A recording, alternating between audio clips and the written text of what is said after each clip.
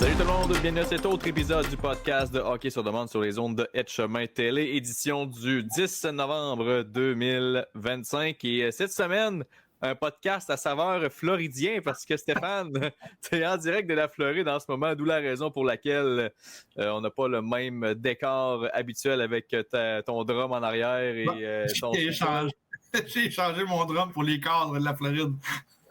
Ben sinon, comment le voyage s'est déroulé? Ça s'est bien passé? Super bien été. On était là en 3 jours, donc on a arrêté au Golf Hall of Fame. Sinon, on sait que je travaille dans le golf. Donc, c'est une belle expérience. Puis là, on a joué au golf ce matin. On s'est emmené à proche de Cap-Cavanal, où ce que les fusées sortent là, de la NASA. On va aller voir ça demain. Donc, un voyage à saveur exploratif, mais aussi de golf. Donc, c'est magnifique. On a hâte de faire ça. Ben écoute Stéphane, on va revenir dans le sujet du hockey si ça ne te dérange pas. Un podcast qui va être inspiré un petit peu de la défaite des Blue Jays en Série mondiale contre les Dodgers. Pourquoi? Parce que on va y aller aujourd'hui avec notre prédiction concernant la prochaine équipe canadienne qui aurait les meilleures chances de remporter la Coupe Stanley dans un avenir rapproché dans la LNH. Dans le baseball, évidemment, c'est un peu comme au hockey. La dernière fois où ça a été remporté par un club canadien, la Série mondiale, c'était en 93 par les Blue Jays. Et évidemment, le Canadien, ça a été en 93 aussi avec la Coupe Stanley. Mais si maintenant, on se concentre plus au niveau du hockey, il y a quelques équipes qui ont eu des chances par la suite là, de devenir cette... prochaine équipe canadienne a gagné la Coupe, mais sans succès malheureusement. L'année suivante, les Canucks de Vancouver en 94 avaient perdu en 7 matchs là, contre les Rangers de New York. Sinon, les Flames de Calgary ensuite en 2004 avaient perdu aussi en 7 contre le Lightning de Tampa Bay, tout comme les Oilers aussi en 2006. Et devine quoi, Stéphane? En 7 aussi contre plutôt les Hurricanes de la Caroline. Et Stéphane, on va pas dévier de cette tendance parce que l'autre équipe canadienne par la suite à avoir perdu, c'était en 2011, les Canucks de Vancouver. En combien de matchs? En 7 matchs encore. Donc, le 7, vraiment, c'était pas un 7 chanceux, pas tant que ça, pas pour les séries dans la LNH du côté des équipes canadiennes. Ensuite, le Canadien en 2021 qui a un peu brisé cette tendance-là, alors qu'il y a cédé pavillon en 5 matchs là, contre le Lightning. Et ensuite, lors des 2 dernières années, évidemment, les Oilers là, qui ont perdu à 2 reprises là, contre les Panthers de la Floride. En 2024, ça a été en 7 matchs et en 2025, ils avaient perdu là, en 6 rencontres. Donc là, maintenant, à qui le tour finalement? Là? Quelle équipe canadienne pourrait briser cette fameuse disette-là là, de championnat au niveau des équipes canadiennes? La façon qu'on va fonctionner, c'est qu'on va y aller à tour de rôle, Stéphane. On va y aller chacun notre tour avec une équipe pour laquelle, au début, qu'on croit le moins, qui a des chances de remporter la Coupe Stanley. Et ensuite, on va monter du moins confiant au plus confiant. Évidemment, on va échanger là, si on n'est pas d'accord avec l'autre personne, eh bien, on va y aller avec nos arguments. Mais je pense qu'il y a une équipe, puis je vais commencer, Stéphane, ça ne te dérange pas, mais je pense qu'il y a une équipe qu'on peut déjà disqualifier pas mal.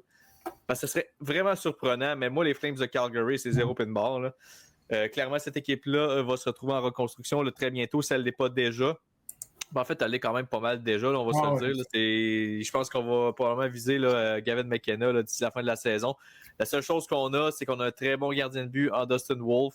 Ouais. Malheureusement, à l'attaque, on n'a pas vraiment de punch à l'attaque. Là, je pense que c'est une des pires offensives depuis le début de la saison, si ma mémoire est bonne. Défensivement, oui, on a Weegar, on a Anderson, mais par la suite, là, c'est assez mince là, comme défensive. Niveau espoir, ben on a Zane Parek qui est vraiment le gros espoir là, du côté des Flames, qui est toujours avec Calgary présentement, mais évidemment, il est à ses débuts puis a été repêché là, tout récemment. Là, pas le dernier repêchage, là, mais oui, le dernier repêchage, c'est 2025 qui a été repêché. Donc, faut pas s'attendre à ce qu'il ait un impact là, immédiat avec les Flames. Sinon, dans les tops espoirs, il y a Samuel Honzek qui est déjà arrivé, mais il tarde vraiment avant d'avoir un impact là, avec l'équipe.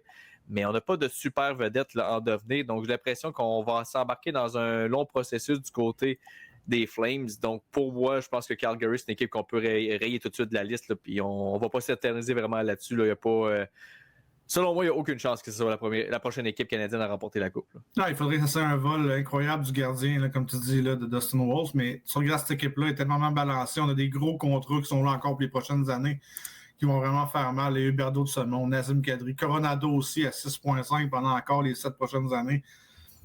Donc, tu sais, c'est des joueurs quand même qu'on voit pas en termes de vedettes. Mackenzie Weegar qui va être là encore juste pendant 6 ans, il a déjà 31 ans. son contrat à 37 ans. Rasmus Anderson, qui oui, est bon, mais va signer un contrat l'année prochaine. Reste à voir s'il va vouloir rester avec les Flames, mais d'après moi, non. Donc, en partant, ton meilleur défenseur risque de partir. Kevin Barr aussi, qui est là aussi à 5,3 millions. Donc, comme tu dis, Dustin Wolf commence son contrat à 7,5 l'année prochaine. C'est pas mal, lui, la vedette. Et on sait ce qu'on a vu que Montréal au fil des 20 dernières années. Là, quand ton gardien de but est ton meilleur joueur, ça ne donne pas le signe de bonne équipe, malheureusement. Il reste à voir. Mais il y a vraiment un gros ménage à faire du côté des Flames. Puis comme tu dis, on est déjà en construction, mais on ne l'est pas en même temps. Donc, c'est un peu un deux temps, deux mouvements du côté des Flames. Puis j'ai hâte de voir si on va être capable de faire une vente de feu, mais en même temps, tu ne veux pas faire ça parce que tu vas dire à Dustin Wolf, ouais, mais regarde, les grands, on va être pourris pour les 6-7 prochaines années. Donc, écoute, j'ai hâte de voir ce qui va se passer. Surtout que Wolf arrive à 24 ans, donc c'est pas mal ses meilleures années qui vont s'en venir très prochainement. Puis j'ai l'impression que malheureusement, ces meilleures années vont être un peu gaspillées là, en raison de cette reconstruction-là. Du côté des Flames. À moins qu'on réussisse à mettre la main sur Gavin McKenna rapidement sans qu'on ait à se déshabiller comme on a fait avec les Blackhawks pour Connor Bedard. Si on réussit à garder quelques morceaux, on amène Gavin McKenna, on fait quelques signatures, peut-être que ça peut tourner de côté rapidement, mais je pense pas que ça va être assez rapidement pour dire, en tout cas selon moi, que les Flames, c'est la prochaine équipe à surveiller pour remporter cette Coupe cette année-là. Il faut penser un peu aux Blue Jackets dans le temps avec Bobrovsky. Bobrovsky était là, on savait que c'était un gardien numéro 1. Il n'y avait pas vraiment une grosse équipe offensive devant eux. Puis là, quand on a décidé d'échanger Bobrovsky, tu allais gagner la Coupe Stanley avec les Panthers après. Là, donc, j'ai l'impression que cette équipe-là en a long à faire. Le chemin va être ardu du côté des Flames. Bon, fait qu'on met les Flames de côté. Je pense qu'on est d'accord là-dessus. Toi, Stéphane, si tu avais à choisir ensuite une autre équipe pour laquelle tu crois qu'il faut vraiment le mettre de côté là, parce que tu crois vraiment pas là, à leur chance de gagner la Coupe Stanley prochainement? Moi, je veux que les Canucks après. Juste parce que je pense qu'on a une équipe qui est... je pense que la chimie dans la chambre n'a pas toujours bien été les dernières années. J'ai l'impression qu'on n'a pas non plus les bons capitaines avec... pas un bon capitaine, mais je pense qu'on n'a pas les bons éléments avec Elias Pettersson à l'attaque à 16,6 millions. Va faire très mal. Brock Besser, c'est pas non plus tombé un joueur étoile. Connor Garland, qui est à 6 millions pour les prochaines années. Hronek à 7,2. Il va falloir qu'il fasse un 60 points par année. Puis Quinn Hughes a l'air d'être un petit peu tout seul dans cette équipe-là. Thatcher Nemko est toujours blessé. Et là encore, pour les 4 prochaines années, commence son contrat finalement de 3 ans à 8,25 millions l'année prochaine. J'ai l'impression que c'est comme pas d'odeur, pas de couleur avec les Canucks depuis trop longtemps. Mais je pense que ça va leur faire mal quand même à court terme. Là, je vois pas comment que les Canucks peuvent s'en sortir rapidement. Pour aller gagner Coupe Stanley pour le Canada, je pense que ça va être encore un long chemin ardu. On le voit encore cette année. Elias Pettersson n'est vraiment pas le top 1 que tu vas avoir dans ton équipe. Donc, j'ai vraiment hâte de voir. Puis, tu sais, je connais pas vraiment beaucoup la filiale de ce côté-là, mais il va falloir non plus avoir beaucoup de depth dans la filiale. Là. On n'a jamais été capable de repêcher dans les 10 premiers du côté des Canucks. On a souvent fini dans le fameux No Man's Land là, qu'on parle souvent, moi plutôt Max, là, qui sont toujours entre 14 et 21. Donc, j'ai l'impression que ça va être vraiment difficile du côté des Canucks. Écoute, le plus haut qu'on a repêché dernièrement du côté des Canucks, ça a été au 11e rang. Puis on est allé chercher le défenseur Tom Wielander qui est un défenseur qui va être bon dans les deux sens de la patinoire, mais on ne parle pas d'un Kel McCarr, d'un Quinn Hughes, d'un défenseur qui va vraiment là, changer la donne. Mais je suis d'accord avec toi de mettre les Canucks dans cette catégorie-là. On dirait que depuis le départ des frères Céline, on n'a jamais été capable de construire une bonne base pour aller de l'avant par la suite. Là, ça a vraiment été deux grosses pertes. Et bon, Brock Besser qui a quelques saisons de 30. T'es mieux, Max.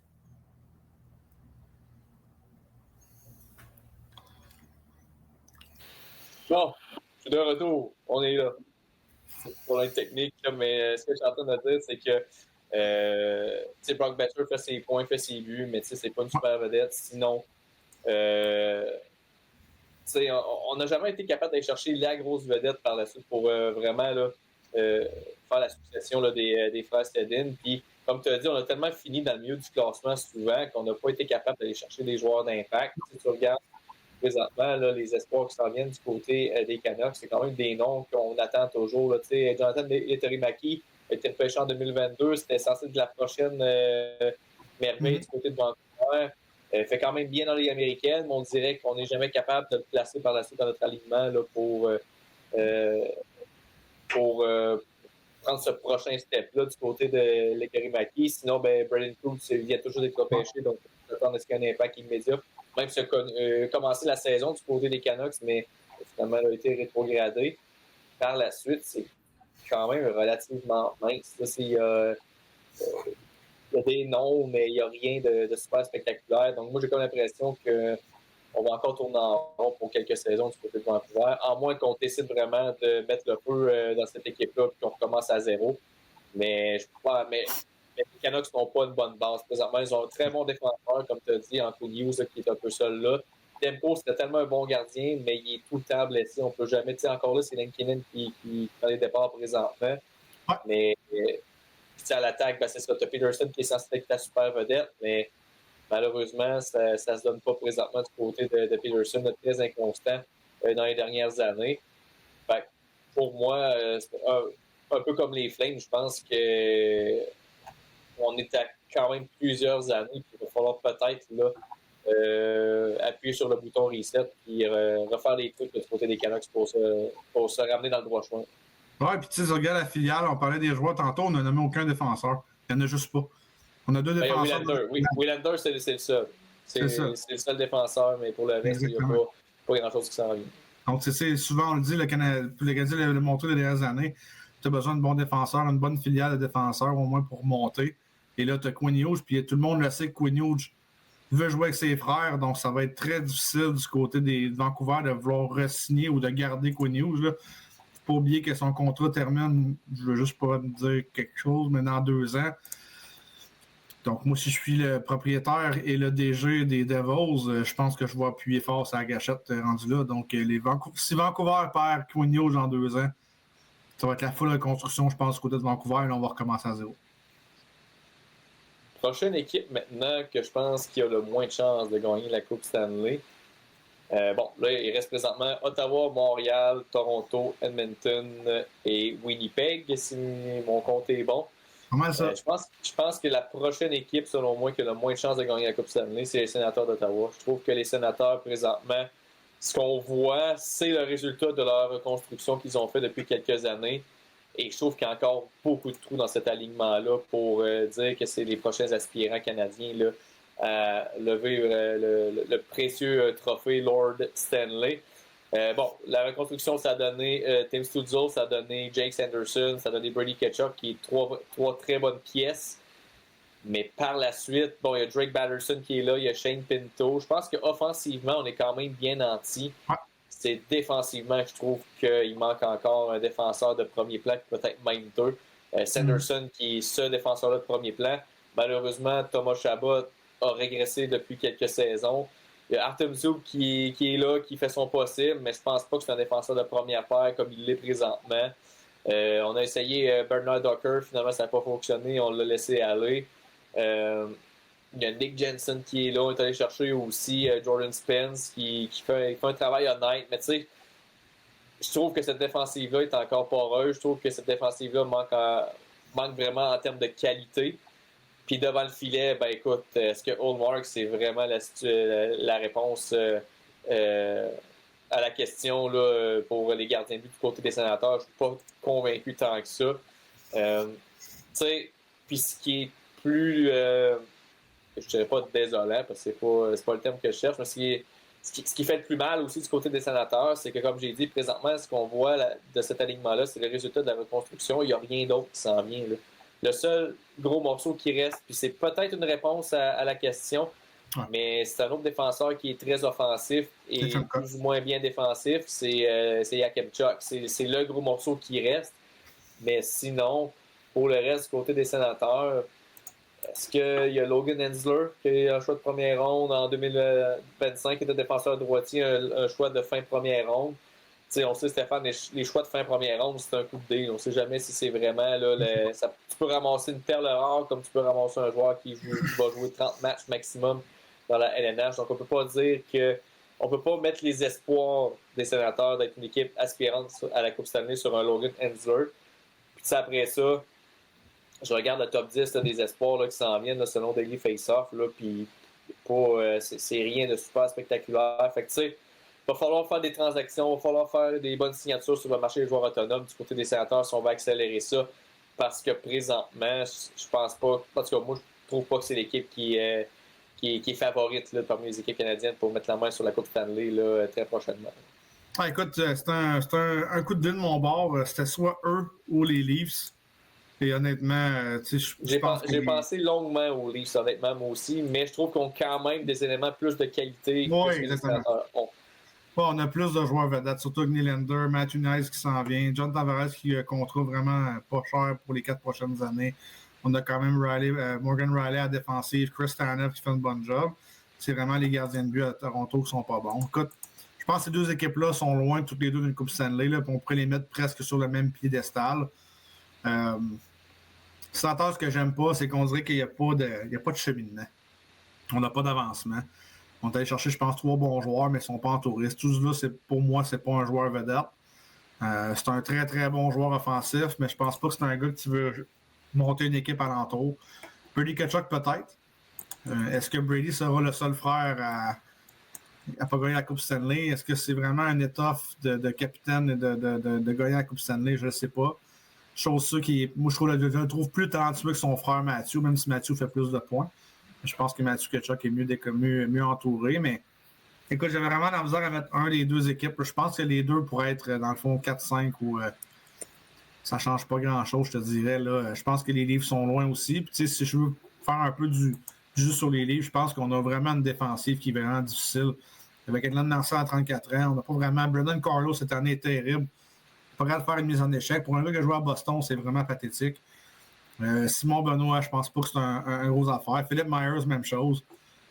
Puis les gardiens de but, on n'en parle pas. Là. Anthony Stolarz, Caden Primo, là, écoutez, là, on a 3 millions de masse salariale comme côté des gardiens de but. On sait très bien qu'il faut que tu aies au moins un gardien de but au moins un gardien de but d'étoffe dans une équipe.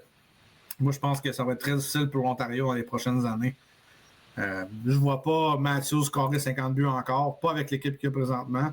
Je pense qu'il y a trop besoin d'être bon sur la glace, sur les 200 à patinoire. On voit qu'un Mitch Marner leur fait vraiment mal.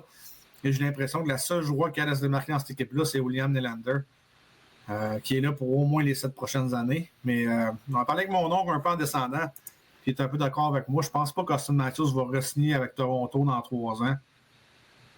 Donc, ça va être une lourde perte du côté de Toronto. Et honnêtement, est-ce que l'étoffe d'un capitaine? Je pense pas.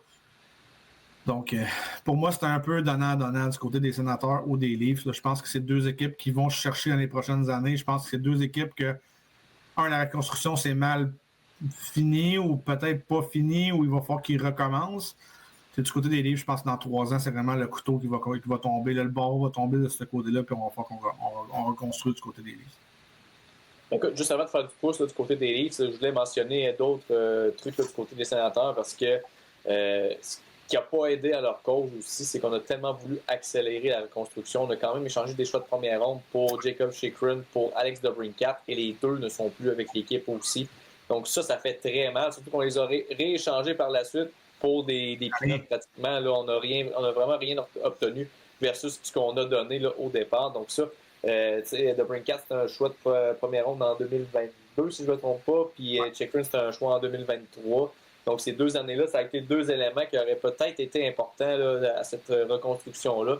On a trop voulu accélérer ça, puis on s'est carrément tiré dans le pied. Et là, on va être pris là, pour essayer de justement de combler des trous là, avec d'autres transactions, puis on pourrait peut-être encore se brûler davantage. Donc, j'ai comme l'impression que c'est un peu un cercle qui tourne du côté d'Ottawa. Et c'est un sans fin. En fait, là, c'est un rond-point qui est sans fin, là, qu'on continue à tourner et qu'on ne trouve pas la sortie. Là. J'ai l'impression qu'on est pris un petit peu là-dedans du côté des Sénateurs. Pour les Maple Leafs, maintenant, clairement, l'identité de cette équipe-là a été brisée avec le départ de Mitch Marner. Je pense qu'il y en a plusieurs que ça a affecté plus qu'on le pensait.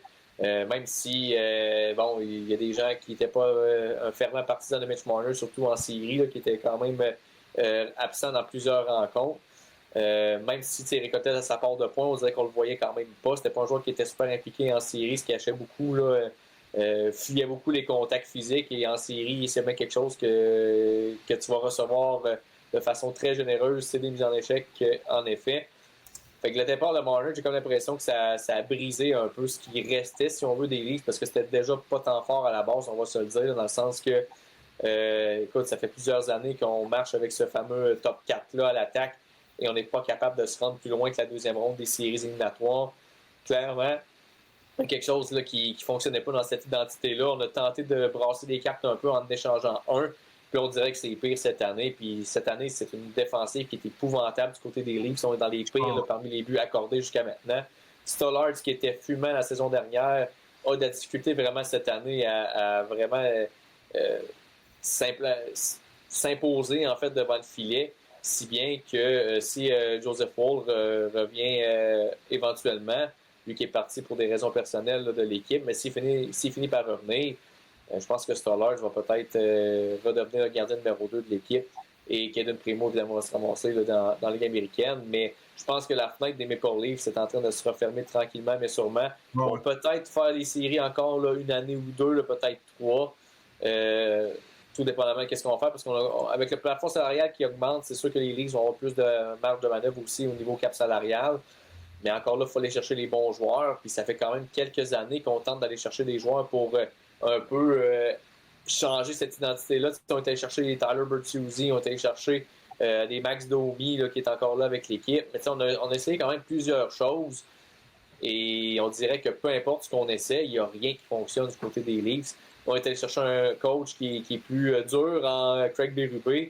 On dirait que la réponse des joueurs par rapport à ça n'est pas celle qu'on aimerait avoir du côté justement des hauts dirigeants des Leafs. Donc rendu là, il reste quoi?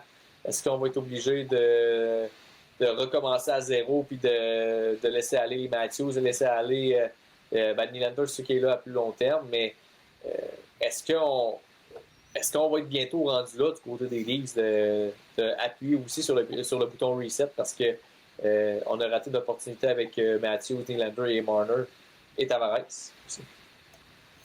Écoute, ça va être vraiment bizarre. Puis honnêtement, la seule façon que les Leafs pourraient faire un bon, c'est si Connor McDavid décide de jouer là dans 3 ans. Ouais. Qui va tomber avec la fin d'Austin Matthews. Donc, écoute, comme je t'ai dit, je vois rien de bon avec les Leafs présentement. C'est une bonne équipe offensive. Ils peuvent gagner des games facilement, je pense, de 7-6 ou 7-5. Un peu comme les Oilers peuvent faire. Mais défensivement, troisième trio est horrible du côté des Leafs aussi. Le quatrième trio aussi est horrible. On a tellement essayé de choses dans les dernières années, comme tu dis, Max, puis ça n'a pas fonctionné. Donc, moi, je pense que c'est vraiment là le problème du côté des Leafs. C'est un peu, vu que les Leafs, évidemment, ont quand même dépensé des actifs là, pour aller chercher du court terme. On a quand même eu des bonnes saisons régulières dans le passé, ce qui fait en sorte qu'on n'a pas tant d'espoir qui s'en viennent non plus. Là. Il y a Easton Cowan là, qui a brûlé la Ligue de l'Ontario avec les Knights de London, qui est présentement avec l'équipe, mais c'est tranquille, puis c'est normal aussi. Là, c'est un choix de fin première ronde, c'est pas un joueur qui devrait dominer ou avoir un impact là, immédiatement plutôt. En défensive, on a Ben Danford, qui est un défenseur, encore une fois, fin de première ronde, et sélection qui a été quand même, qu'on appelle là, un reach là, dans le langage là, du repêchage, qui a été repêché beaucoup plus haut que ce qu'on anticipait. Et ça a soulevé un peu la grogne là, de plusieurs partisans des Leafs avec cette sélection-là. Fait que ça, on n'a pas... un peu comme les Sénateurs, ce qu'on a présentement, ben c'est ce qu'on a. Il n'y a rien qui s'en vient de bon là, dans les prochaines années, à part Cowan s'il peut se développer. Et Danford, qui est le défenseur, là, qui est étiqueté comme un défenseur qui pourrait s'en venir éventuellement. Mais si je défile le reste de la liste des meilleurs espoirs, le reste, là, comment? T'as perdu. Michael Pezzetta. Pezzetta, c'est pas un espoir rendu là, mais je regarde la liste, là, puis il n'y en a même pas que je connais vraiment là-dedans, tellement que c'est des noms plus obscurs. Fait que, du côté de Toronto, notre relève est quand même pas incroyable. Fait que, écoute, c'est leur dernière chance, c'est les prochaines années. Puis comme tu dis, on verra bien si Matthews va rester ou non par la suite. Mais moi aussi, j'ai comme l'impression que cette équipe-là s'en va en direction vers le bas. Je suis pas tant convaincu qu'Austin Matthews va rester à Toronto. Et là, on perdra un autre gros morceau. Il resterait Nylander et un John Tavares vieillissant. Là, comme tu as dit, est-ce que la bouée de sauvetage chez Connor McDavid, c'est pas impossible. Les Leafs vont avoir l'argent pour le signer, sur aucun doute. Surtout si on laisse partir Matthews. Mais là, on est rendu dans pas mal de spéculation. Si on reste avec les faits, moi, honnêtement, je vois pas les Leafs être... je pense qu'on a raté notre opportunité du côté de Toronto dans les dernières années. On n'a pas su réussir à fabriquer cette bonne ADN-là dans cette équipe-là. Et là, présentement, ça s'écroule lentement, mais sûrement, surtout avec le départ de Marner, comme j'ai dit, qui a l'air d'avoir affecté quand même plus qu'on le pense dans cette organisation-là. Ouais, je suis d'accord avec toi. Fait que là, Steph, on est rendu dans le top 4. Il nous reste top 4. Non, top 3. Si on enlève Toronto, Ottawa, Vancouver et Edmonton, ce qui reste Montréal, Edmonton et Winnipeg. C'est quoi ta prochaine équipe que tu penses qui a le plus de chances de gagner rapidement la Coupe Stanley? Mais là, je veux dire, en fait, la question, c'est plutôt le moins parmi les 3 qui restent, mais là, on commence à s'en venir à des équipes. Moi, je veux les Canadiens en 3e place. Là. Je pense que le Canadien leur manque encore un peu de temps. Ils ont fait un super bonbon. Là. Je pense que là, 2 ans, Max, on était assis. Moi, je n'étais pas assis ici, mais tu étais assis à la même place. Tu n'étais pas en Floride quand on a parlé de ça. Exactement. Et je pense qu'on avait dit, OK, Canadiens, on en a au moins encore jusqu'en 2027, 2028, 2028, 2029 avant d'avoir une équipe compétitive prête pour la Coupe Stanley. Je pense que le plein est encore là, malheureusement. Donc, tu sais, oui, ça va bien cette année. On est quoi, 10-4-1 ou 10-3-1? C'est 9-3-1, je pense. 9-3-1. Donc, tu sais, oui, ça va super bien. Mais il ne faut pas oublier quand même que le Canadien n'a pas terminé la reconstruction. On n'a pas un gardien de but numéro 1. Puis là, commencez pas à me critiquer parce que je pense pas que Montembeault c'est un 1. Là. Je pense pas que Montembeault c'est un 1. Ça fait longtemps que je le dis, ça fait 3 ans. Là. Fait que, je pense que Dobèche a un très bon début de saison. Je pense que Montembeault a quand même un peu de difficulté, mais ça reste que c'est pour moi un 1B, un C ou un 1B, un 1B. On n'a vraiment pas de gardien de premier plan du côté du Canadien de Montréal.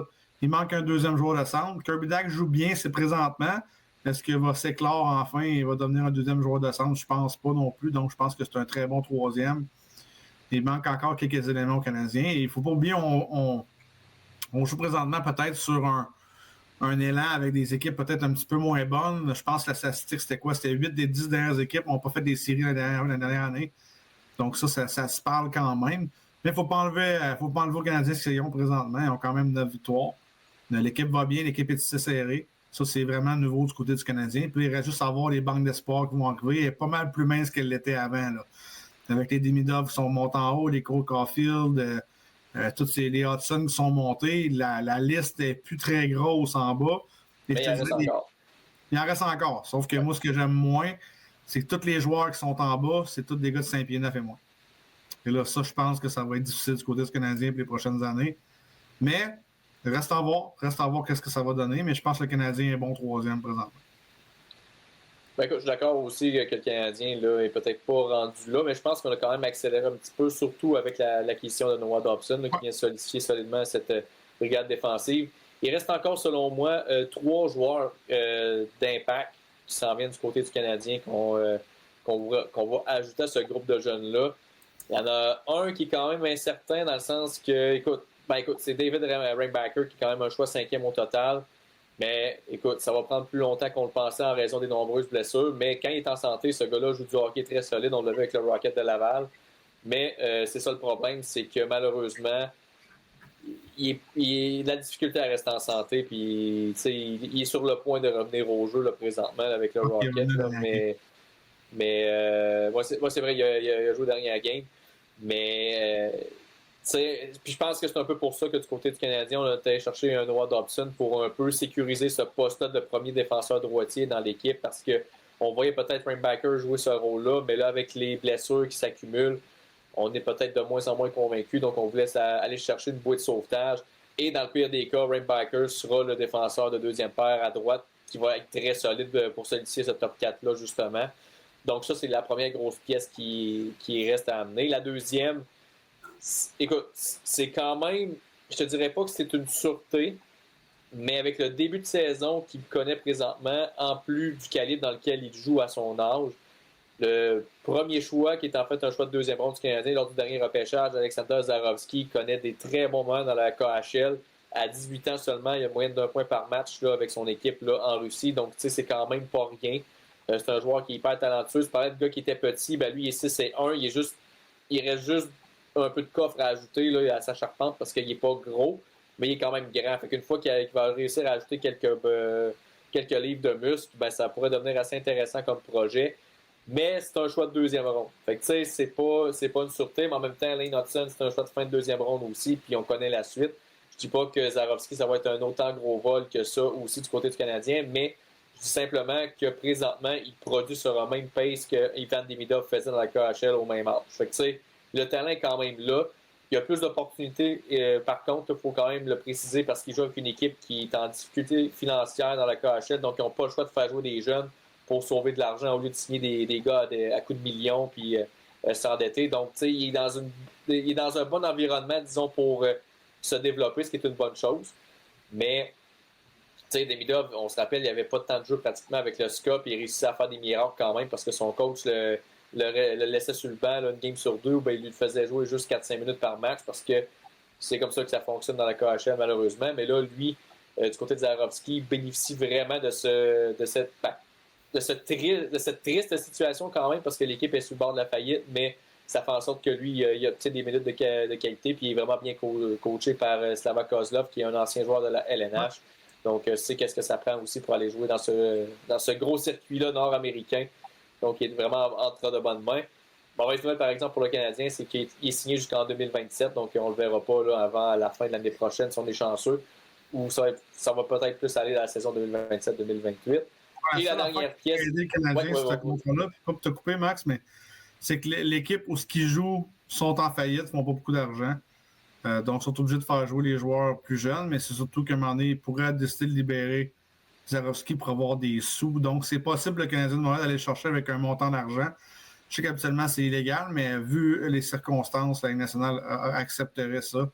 Donc, on pourrait le voir plus proche si on en a vraiment besoin. Mais comme tu dis, Max, il est tellement bien entouré, je pense que ça ne vaut pas la peine pour l'instant. Tout se met à le faire jouer là-bas, il joue les grosses minutes, marque beaucoup de points. Donc, pourquoi pas. Et la dernière pièce, et c'est le gros point d'interrogation chez l'alignement actuel du Canadien. Tu en as parlé tantôt, Montembeault, c'est pas vraiment le numéro 1, puis je suis d'accord avec toi. Là, je pense que c'est un très bon gardien qui peut faire le travail comme un auxiliaire ou à la limite si on joue en tandem. C'est un A, un B, mais d'être un vrai numéro 1 qui va jouer 55-60 matchs, je pense pas que Samuel Montembeault peut soutenir une telle charge de travail. Et est-ce qu'on a la solution du côté du Rocket de Laval en Jacob Fowler, qui fait encore une fois très bien depuis le début de la saison avec le Rocket? Mais trop souvent, on se fie beaucoup sur les statistiques. On le voit, Caden Primo, c'est le meilleur exemple. A dominé dans la NCAA, a été très bon dans la Ligue américaine. Mais une fois rendu dans la LNH, ça ne fonctionne pas. Ça fonctionne pas plus à Toronto présentement non plus. Fait que, tu sais, les gardiens, c'est tout un coup de dé aussi. Mais ça pourrait être le potentiel futur gardien numéro 1 du côté du Canadien qui n'est toujours pas dans l'alignement actuel. Et sinon, Jakub Dobeš qui fait très bien depuis le début de la saison, toujours invaincu au moment où on enregistre le podcast. Ça risque d'être différent au moment qu'il va être publié par contre. Là, mais présentement, en date d'aujourd'hui, le 5 novembre, il est toujours invaincu parce que oui, encore une fois, on brise le 4e mur. On enregistre le podcast quelques jours avant sa diffusion. Donc voilà, vous connaissez tous les secrets maintenant du podcast. Mais présentement, 6-0 avec une très bonne moyenne de buts alloués et un très bon pourcentage d'efficacité aussi. Est-ce que ça peut être un peu un candidat dans l'ombre là, qui pourrait devenir ce gardien numéro 1-là? Moi, personnellement, je ne veux pas m'emballer trop dans le sens que l'échantillon est quand même un petit peu petit. Là. Je veux dire, oui, il a gardé les buts la saison dernière, mais ça avait très bien débuté aussi la saison dernière. Puis par la suite, plus ça avançait, plus c'était difficile avant de se reprendre en main un petit peu par la suite. Mais il est trop tôt pour étiqueter ce gardien-là comme étant un potentiel numéro 1. Tant mieux s'il peut le devenir, mais sinon, en attendant, on va se dire que c'est un très bon auxiliaire jusqu'à maintenant. Qui pourrait justement être le gardien numéro 2 derrière Jacob Fowler. Mais bref, on a quand même des options du côté du Canadien pour ce fameux poste-là de gardien numéro 1. Puis ça, c'est à part tous les autres gardiens qu'on a repêchés depuis quelques années. Mais faut pas oublier non plus que Dobeš est une recrue. Là. Ouais, il a connu une bonne saison l'année passée, il a connu un bon début de saison cette année, mais ça reste une recrue. Donc, on ne peut pas penser que c'est un numéro 1 tout de suite. Il va falloir qu'il fasse ses preuves. Finalement, ça va être bon pour le Canadien de Montréal d'avoir une bataille entre Fowler et lui pour les prochaines années. Avec Montembeault peut-être en tête de liste, mais comme on dit hier, il va probablement avoir un des deux. Sinon, mais les deux vont dépasser Montembeault, puis on verra pour la suite. C'est tout. Ben sinon, c'est une chose, puis je ne sais pas si tu es d'accord avec moi du côté de la prochaine affirmation que je vais indiquer. Si le Canadien n'a pas la meilleure équipe présentement parmi le top 3 qui reste, là, donc Winnipeg, Edmonton, Montréal, je pense que c'est l'équipe où la fenêtre va s'étirer le plus longtemps pour remporter cette Coupe cette année-là, parce que les deux prochaines équipes qu'on va mentionner c'est un peu en mode faut gagner pas mal maintenant, sinon ben la fenêtre va se refermer tranquillement mais sûrement. Je pense que le Canadien, ça va être plus long avec que l'ouverture arrive pour remporter la coupe. Mais tu sais, Demidov est encore très jeune, Hudson est encore très jeune, Rainbacker s'y arrive est encore très jeune. Caulfield, il reste encore plusieurs bonnes années. Suzuki aussi, Slavkovski est encore très jeune. Donc le noyau est quand même très jeune encore. Fait que, tu sais, ils vont. Quand la fenêtre va s'ouvrir, elle va s'ouvrir pour quand même plusieurs années. Là. Versus Edmonton, on va en reparler dans quelques instants. Je me suis juste une petite parenthèse, mais tu sais, McDavid, on ne sait pas s'il va rester après son contrat. Draisaitl vieillit, puis il n'y a rien qui arrive du côté d'Edmonton en termes d'espoir de qualité. Ce qu'on a présentement, c'est pas mal la meilleure édition des Oilers qu'on va avoir, sauf si on fait des transactions ou des signatures. Puis même Winnipeg aussi, tu sais, Scheifele, ça vieillit, Connor, ça vieillit, Morrissey, ça vieillit, Connor Lebock, ça vieillit aussi. Fait que tu sais, c'est ces deux équipes-là, puis je sais pas dans quel ordre qu'on va les placer là, dans les prochaines minutes, mais ces deux équipes-là, c'est pas mal, on gagne maintenant, parce qu'après ça risque de se gâter un petit peu. D'accord avec toi. Je pense juste que peut-être offensivement, les Jets ont peut-être plus de joueurs. Là. Jaeger va probablement s'aligner avec eux dans les prochaines années. Est-ce que Jacob Julien va être capable de le faire aussi? On a Barlow aussi qui est là, du côté de l'ailier gauche. Donc je pense qu'on a Lambert aussi qui est là. Lambert qui est là. Je ne sais pas si Walton va être un des bons, mais lui aussi, je pense qu'il peut aller. Je pense que c'est défensivement pour les gardiens de but du côté des Jets qui vont être difficiles. Évidemment, c'est dur de parier contre les Oilers. Les Oilers, là, ça fait combien de temps, Max, qu'on en parle puis qu'on se dit hey, il manque juste une affaire, c'est un gardien de but. Puis on dirait que personne. Et on va pas le chercher. Je sais pas si le monde veut juste pas signer là-bas ou je sais pas si c'est parce que la direction pense que on a la solution à l'interne, mais visiblement, on n'a pas la situation à l'interne. Le Pickard et Skinner sont horribles.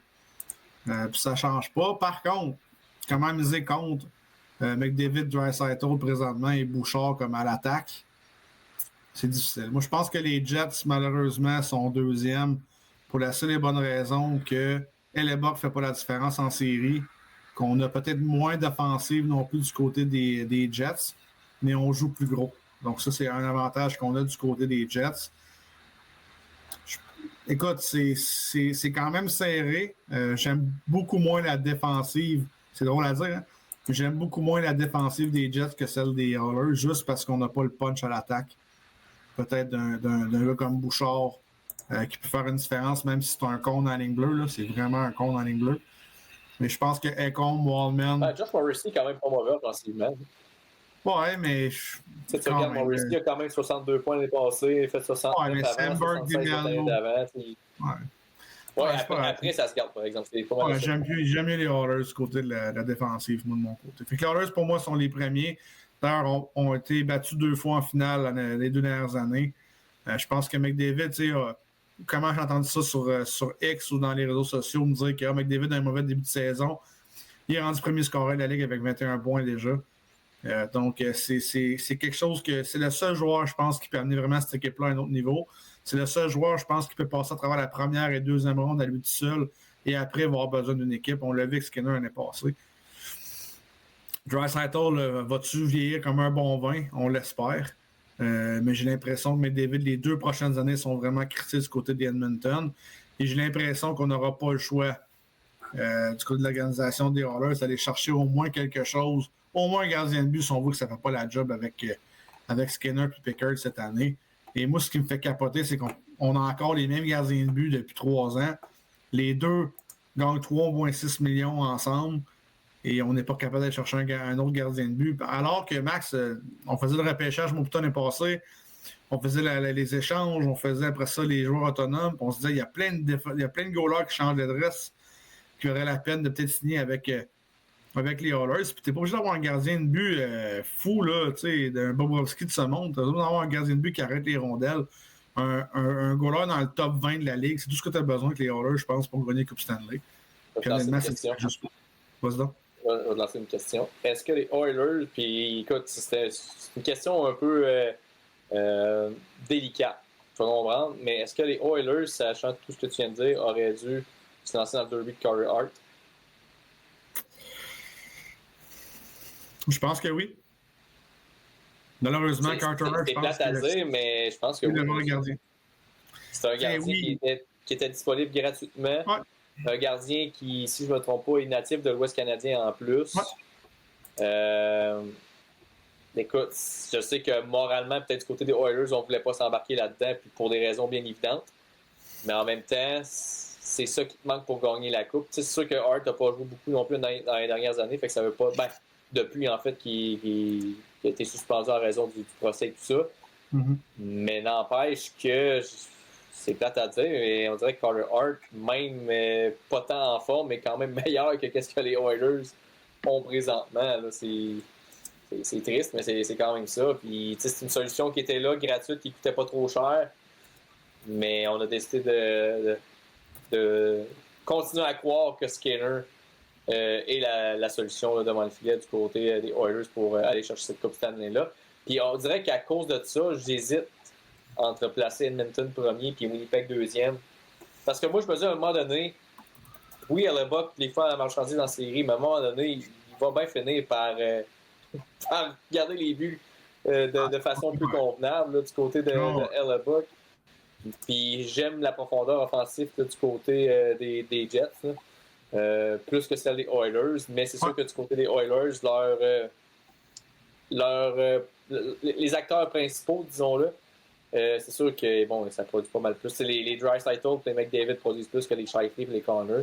Mm-hmm. Mais en même temps, je me dis, ils ont été capables de se rendre en finale la Coupe avec ça. Fait que, tu sais, par défaut, je suis comme obligé par défaut de dire que les Oilers, c'est l'équipe qui a le plus de chances de gagner la Coupe Stanley présentement parmi toutes les équipes canadiennes. Parce qu'écoute, ils ont réussi à se rendre en finale 2 fois. Winnipeg n'ont pas réussi à se rendre en finale 1 fois. Puis je me demande si on atteint le carré d'as tout court avec Winnipeg. C'est un peu les Toronto, les Maple Leafs de l'Ouest. Là. Ils n'ont pas eu des longs parcours en série, les Jets. Puis là, on a perdu Ehlers en saison mort en plus, donc ça fait un joueur de moins. Fait que non, on dirait que j'ai pas le choix de mettre mon argent sur les Oilers, même si je suis quand même pas plus confiant avec les Oilers parce que justement, on continue de croire que la solution, on l'a présentement, mais si on regarde dans les 2 dernières années, on l'a pas, la solution. Là. Non, puis écoute, je pense que la seule équipe qui pourrait battre les Oilers au Canada, c'est les Jets. Tu comprends? C'est que j'ai l'impression que la seule chose qui manque dans les deux équipes, c'est la même chose. C'est un gardien de but qui fait des erreurs en série. C'est niaiseux comme ça. Donc, il va falloir du côté d'Hellebuyck qu'on commence à dominer en série. Je ne sais pas ce qui se passe dans sa tête quand les séries arrivent. Puis du côté des Oilers, il va falloir chercher un gardien de but. Peut-être pas de la tranche à Hellebuyck, mais j'ai pas sous le visuel les gardiens de but qui ont changé d'adresse cet été. J'ai l'impression qu'on peut apporter peut-être un autre gardien de but qui aurait fait la différence du côté des Oilers. C'est peut-être un Stolarz qui aurait pu être signé avec les Edmonton, qui aurait peut-être fait une différence aussi avec les Oilers. Mais écoute, j'ai l'impression que les Jets sont tellement à un morceau de se rendre au bout. Puis l'an passé, dans les séries, on se dit mais la seule équipe qui peut battre Edmonton, je pense, dans l'Ouest, c'est les Jets. Et là, ils se sont effondrés encore contre, je pense, c'est Colorado. Je me souviens pas. Non, j'ai pas le. Mais tu sais, je suis en train de regarder les statistiques de Connor Hellebuyck, puis c'est quand même fascinant en série parce qu'on n'aurait pas de l'étiqueter comme étant un joueur qui ne performe pas en série. Mais son premier parcours en série avec les Jets, c'était en 2017-2018. Il a pris part à 17 matchs. Ouais. Il a gardé les buts pour 2,36 puis 9,22 d'efficacité. L'autre d'après, 6 matchs, 2,67, 9,13. C'est quand même pas si mauvais. Ensuite, là, c'est là que ça commence un peu à diminuer. On a 3,04, 904. Après ça, un autre bon parcours, même si c'est un court parcours, a quand même gardé les buts 8 matchs, 2,23, 9,31. Mais c'est les 3 par la suite, les 3 dernières années. Écoute, 5 matchs, 8,86, 8,70. Et l'année passée, on a joué 13 matchs, 3,08, 8,66 d'efficacité. Il y a quelque chose qui s'est passé les 3 dernières années. Est-ce que c'est uniquement de sa faute? Probablement pas. Mais on dirait qu'en voyant les statistiques que je vois présentement de Hellebuyck, j'ai envie de changer mon choix et de dire que Winnipeg a peut-être plus de chance parce qu'on a quand même un historique du côté de Hellebuyck qui il a déjà été bon en séries éliminatoires. Alors que du côté de Skinner, tu regardes ces 2 parcours-là avec les Oilers, Il y en a un quand même pas si pire, par contre, là, lui 2023-2024, 2,45, 901, mais 901, c'est pas tant au niveau de l'efficacité. Là. Mais l'année passée, là, on l'a échappé, le 8,89, 2,99. Ça a été quand même assez bon pour relancer en finale de la Coupe. Mais il faut dire un gros merci à l'attaque qui a réussi à lui sauver le derrière plus souvent qu'autrement. Là. Moi, je serais surpris que les Jets d'avoir le nombre de départs de Hellebuck dans les 6 années que tu as nommées. Là. Je pense que les 3 dernières années, il a connu quelque chose comme 65 départs et plus. C'est peut-être ça qui fait la différence. Là. Je te dis ça de même, là, un petit peu. Écoute, mais... la run qu'il a fait, sa première run à 9,22, 2,36, il y avait eu 67 matchs. C'est beaucoup de matchs. C'est quand même beaucoup. Là. C'est quand même beaucoup. Là. Il y avait quand même juste 27 ans dans le temps aussi, là, 26. C'est ça. C'est peut-être l'usure aussi qui entre en bout de ligne aussi. Là. Tout ça pour dire, Max, que ça va être difficile au Canada de gagner la Coupe Stanley. Puis je posais la question à mon oncle tantôt en cherchant le souper, puis il m'a dit il n'y a pas d'équipe qui va gagner la Coupe Stanley au Canada. Là. Oublie ça, ça va prendre trop de temps. Je trouve ça plate de dire ça, puis je trouve ça vraiment plate de le voir, mais c'est vrai, ça va être difficile, je pense, au Canada de gagner la Coupe Stanley dans les prochaines années. On n'a comme pas l'équipe, peut-être à part les Jets qui pourraient vraiment émerger dans les prochaines années, je pense, avec un Hellebuck en feu en série. Je pense que c'est l'équipe qui est peut-être la meilleure offensivement, défensivement, à 5. Là. C'est pas une équipe qui a des grosses vedettes, mais c'est une équipe, je pense, qui peut vraiment aller loin. Puis on le voit, de toute façon, en saison régulière, les Jets sont toujours très performants, finissent souvent premier ou deuxième de leur division. Sont super physiques, sont durs à jouer contre. Et là, on dirait que ça leur glisse un peu sur le pied en série. Donc, peut-être une année qui va peut-être être plus charnière va les amener peut-être à la Coupe cette année plus facilement.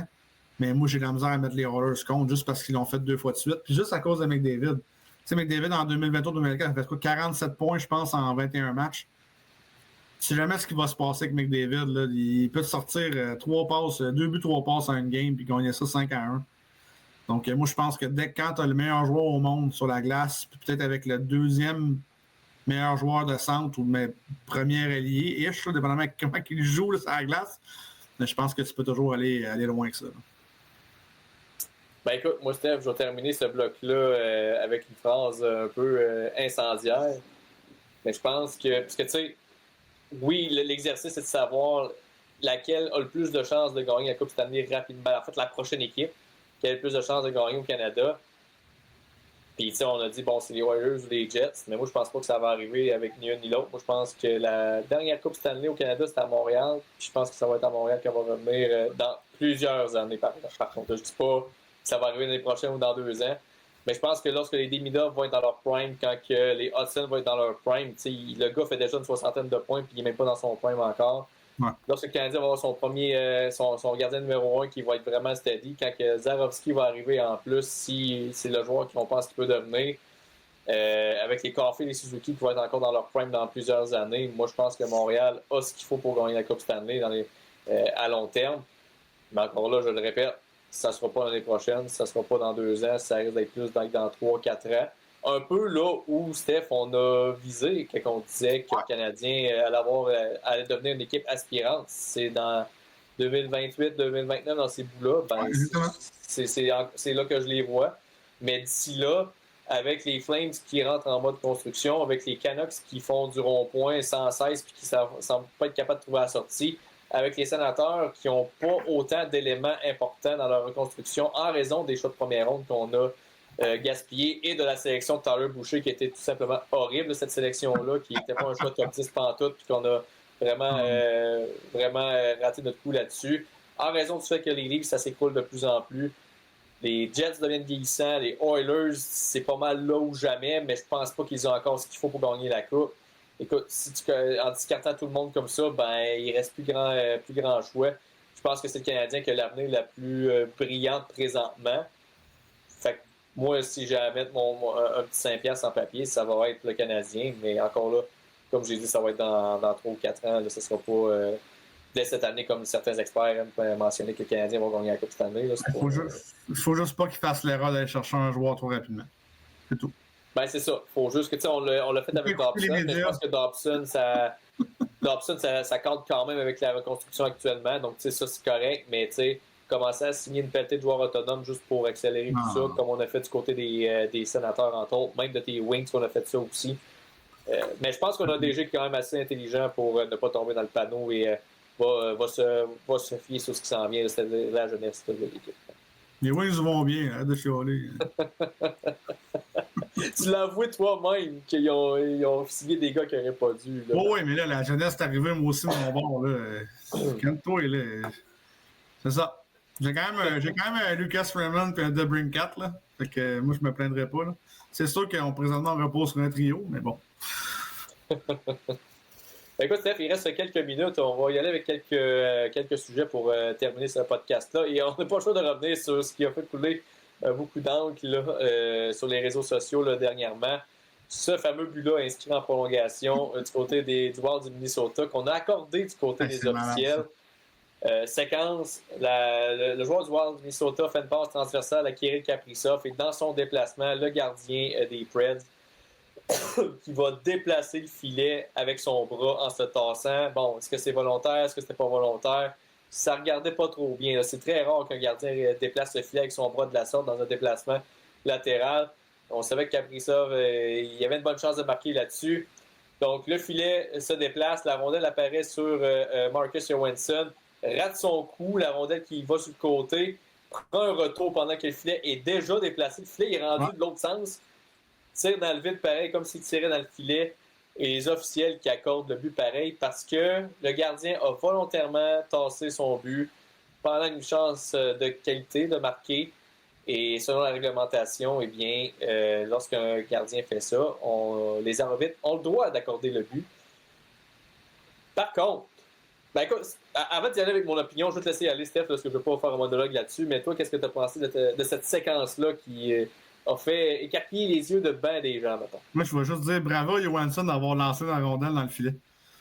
Moi, j'ai arrêté le joueur, j'aurais jamais pensé à la lancer dans le filet, donc le but n'aurait jamais été marqué. Écoute, c'est très inusité, évidemment. Je l'ai vu rapidement en descendant en Floride. Là, j'étais là, que c'est ça, ce but-là, mais la façon que J. Saros tombe du côté des Preds puis tasse le but, finalement, il tasse à peu près comme 6-7 secondes avant qu'il score. C'est Saros qui était dans le filet ou c'est. Je pense que c'est l'auxiliaire qui était là. Je vais juste vérifier, mais vas-y, continue. Peu importe. Puis, tu sais, il le déplace vraiment alors 5-6 secondes avant que le jeu se termine, on va le dire comme ça. Là. Donc, est-ce que c'est une bonne décision, c'est une mauvaise décision? Honnêtement, c'est assez inusité. J'ai pas vu ça dans au moins les 25 dernières années que j'ai écouté le hockey. Donc, écoute, la seule fois que je me souviens, c'est un gardien de but qui avait tassé le but dans une échappée parce qu'il était frustré. Je me souviens pas de quel gardien avait fait ça. Oui, je m'en souviens. Mais écoute, sinon, j'ai pas vu ça souvent dans ma vie. Habituellement, le jeu s'arrête puis les joueurs continuent pas. Mais Johansson a décidé de lancer pareil puis ça a fonctionné. Donc, écoute, mauvais jeu du gardien de but, mauvaise synchronisation avec ce que les arbitres pensaient. Le règlement, est-ce qu'il y a un point, une zone grise un peu? Écoute, ça reste inusité, ça a fait des manchettes, tout le monde en parle, ça fait des discussions, ça fait des débats. Donc, pourquoi pas? C'était bel et bien Hanoun qui était devant le filet du côté des Preds. Moi, là où j'ai un problème, c'est que lorsqu'on regarde la réglementation, c'est indiqué, puis je l'ai mis sur X là, pour les gens. Vous voyez actuellement mon X, @Maxime Duquette. Là, donc, si vous voulez me suivre sur les réseaux sociaux, sur X, là, j'ai publié une capture d'écran de la réglementation de la NH qui mentionnait que lorsqu'un gardien pose un geste de la sorte, s'il ne reste pas assez de temps, là j'abrège, là, j'ai pas la définition complète, là, mais en gros, ça voulait dire que si il ne restait plus assez de temps pour vous donner un 2 minutes complet pour une pénalité, pour avoir retardé le match ou peu importe, les arbitres pouvaient attribuer un lancer de pénalité si c'était une chance de marquer de qualité, là, comme on a vu présentement.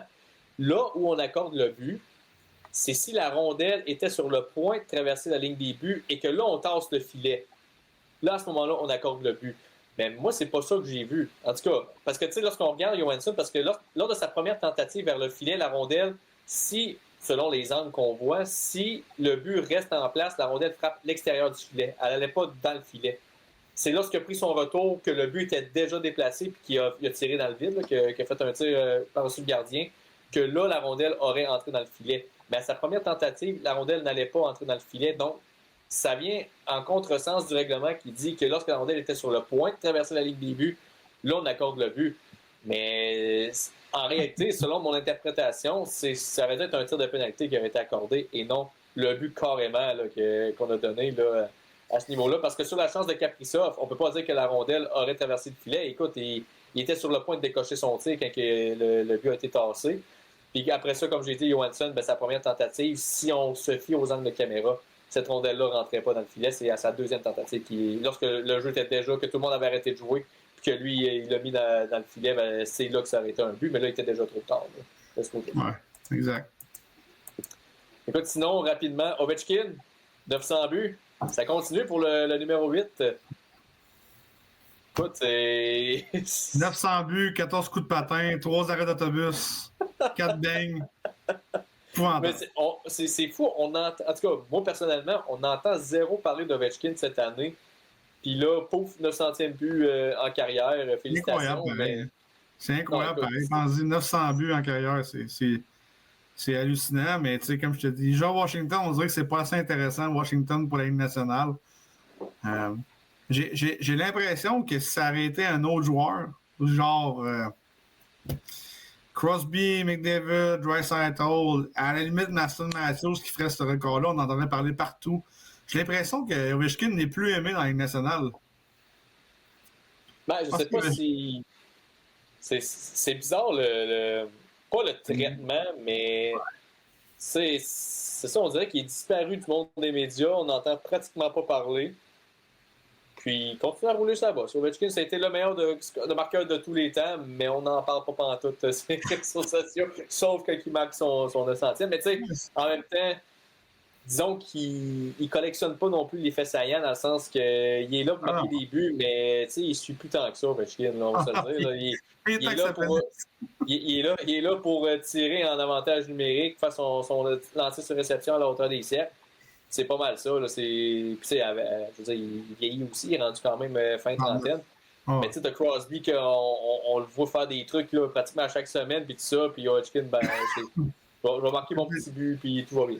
Comme je te dis, la pancarte d'autobus, puis les 3 bangs, puis la canne. Ça ressemble à ça en avantage numérique. Écoute, Steph, déjà la fin de cette autre édition du podcast de hockey sur demande. Écoute, je vais te souhaiter un beau séjour en Floride, en espérant qu'il fasse plus beau qu'ici, parce qu'ici, présentement, c'est assez venteux et assez froid. Disons que la neige devrait arriver là, dans quelques semaines. Là, ça s'en vient. Fait que profite du chaud soleil là-bas. Puis à ton retour, on se reparlera là, pour une autre édition du podcast, mais pense pas à ça présentement. Pense à ce qui s'en vient au golf. Pense toujours à vous autres. Je pense toujours à vous autres, anyway. Bonne semaine, puis bonne semaine aussi à tous nos auditeurs. On se retrouve la semaine prochaine pour une autre édition du podcast de Hockey sur demande. Salut tout le monde! Yes, bonne semaine. Bye bye.